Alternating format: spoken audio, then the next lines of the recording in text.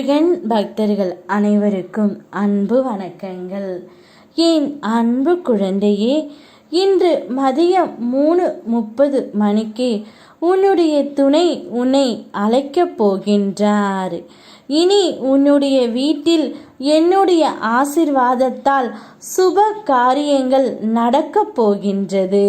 நீ தோல்வியே அடைந்தாலும் துவண்டு விடாதே.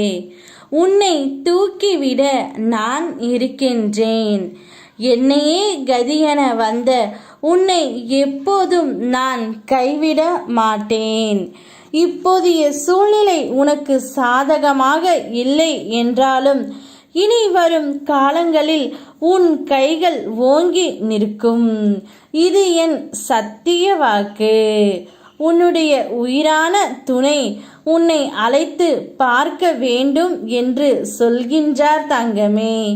அதுவும் இன்று மதியமே உன்னை அழைத்து பேசுவார்.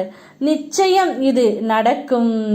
ஒரே ஒரு முறை இந்த பதிவை நீ கேட்ட அடுத்த நொடியே உன்னுடைய துணை உன்னை அழைப்பார் தங்கமே.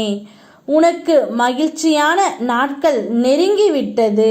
நீ எதை பற்றி கவலைப்படுகின்றாயோ பயப்படுகின்றாயோ அதை நான் உனக்கு அற்புதமாகவே செய்வேன். ஏனென்றால் நீ அதற்கு தகுதியானவர். நீ என்னை நம்புகிறாய். நல்ல வேலையை செய்யும்போது உன் மனம் குழப்பம் அடைவது சகஜம்தான். ஆனால் உனக்கு என் மீது நம்பிக்கையும் பக்தியும் இருக்கின்றது அல்லவா? அனைத்தும் உனக்கு சுமூகமாகவே நடக்கும். வாழ்க்கையில் வெற்றி எந்த அளவிற்கு வருகின்றதோ அதே அளவிற்கு தோல்வியும் வரும். தோல்வியை நீ சந்தித்தால் மட்டுமே நிச்சயம் உனக்கான வழி பிறக்கும். எவ்வளவோ வேதனை, எவ்வளவோ துயரங்கள், இதிலிருந்து மீண்டு வந்திருக்கின்றாய். உன்னை கைவிடுவேனா என்ன? இனி நடக்கப் போவதை பார்த்து வியக்கப் போகின்றாய். தைரியமாக இரு தங்கமே, நீ ஜெயிக்கப் போகின்றாய். உன்னுடைய துணை உன்னை அழைத்து பேசவும் போகின்றார்.